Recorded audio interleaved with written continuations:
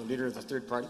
Thank you. Mr. Speaker, this government claims Alberta has gained 20,000 jobs under their watch, but Statistics Canada most recent labour force survey tells a different story. Alberta lost 63,200 jobs since May 2015. Ouch. Meanwhile, every part of the goods-producing sector has lost jobs, totaling 71,000 jobs since this government took power.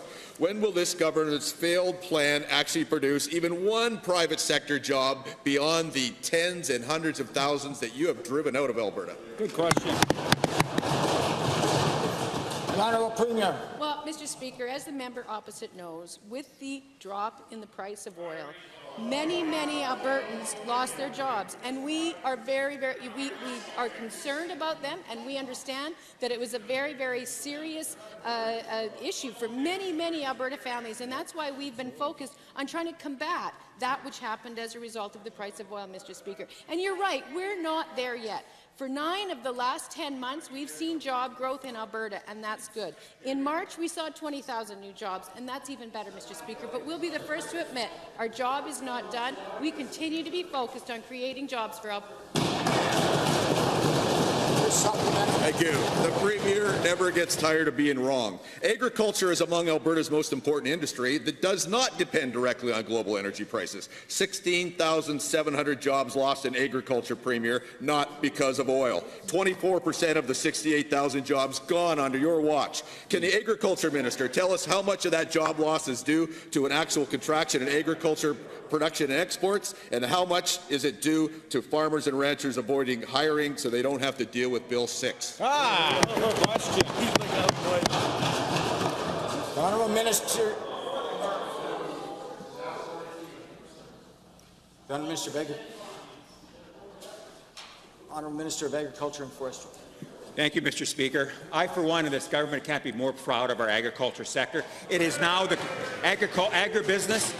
The agri-food processing sector in Alberta, Mr. Speaker, is now the largest manufacturing sector in the province, Mr. Speaker. Our agriculture continues to be a real bright spot in the province, will continue to be so. I and this government have the best interests of farmers at heart. We will continue to do so. We're making lives better for all farmers. We're making lives better for all Albertans. Honourable Member for Innisfil. No, sir.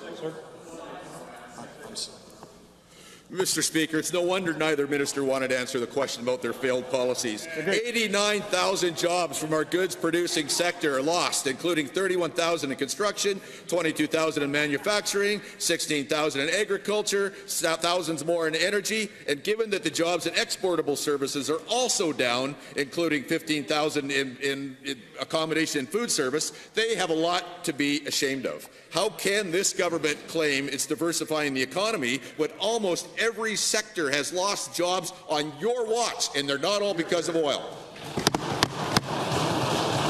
Honourable Minister of Economic Development and Trade. Thank you very much, Mr. Speaker.